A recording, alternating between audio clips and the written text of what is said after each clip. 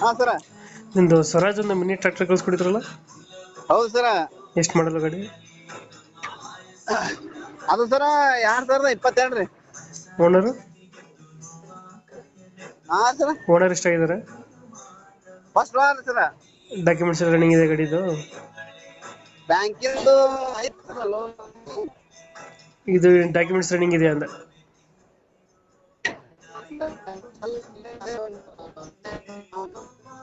ಎಷ್ಟು HP ಗಾಡಿ ಇದು?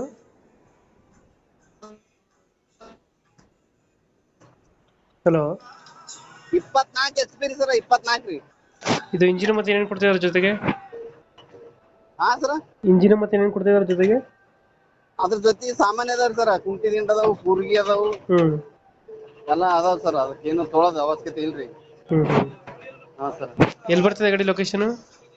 ಸಿಂದಗಿ ತಾಲೂಕು